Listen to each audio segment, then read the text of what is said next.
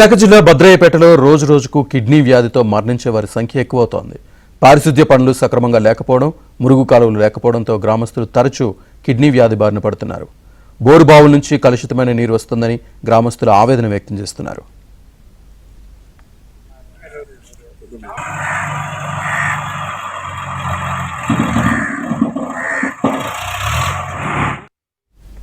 ఇప్పటికే భద్రాయపేటలో 15 మంది కిడ్నీ వ్యాధితో చనిపోయారని, మరో 50 మంది కిడ్నీ వ్యాధితో బాధపడుతున్నారని గ్రామస్తులు వాపోయారు. ఇప్పటికే తమ గ్రామ దుస్థితిపై కలెక్టర్కు ఫిర్యాదు చేశామని, ఆరోగ్య శాఖ అధికారులు చర్యలు తీసుకుని తమను కిడ్నీ వ్యాధి బారి నుంచి కాపాడాలని గ్రామస్తులు వేడుకుంటున్నారు.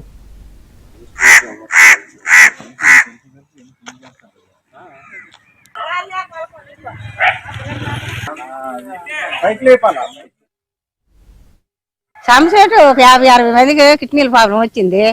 ఊళ్ళోని రోడ్లు గిడ్లు అన్నీ మరి ఊళ్ళోని మరి బతకాకర్లేదు.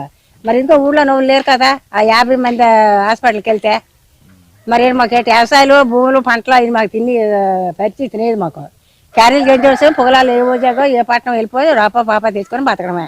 మరి ఎందుకే ఇటు వెళ్ళిపోతారు కాలు ఆడిన వాళ్ళు, మా కాలు రాని వాళ్ళు ఉంటారు. ఈ రథ పరీక్షలకి రెడ్ బిల్ రాటలే వస్తే అందరికి రథ పరీక్షలు చేస్తే ఆ 50-60 మందికి వచ్చింది అన్నారు. మరి పెడతాను ఇంకో ట్యాంక్ కట్టమని వల్ల మీదనే కట్టలేదు.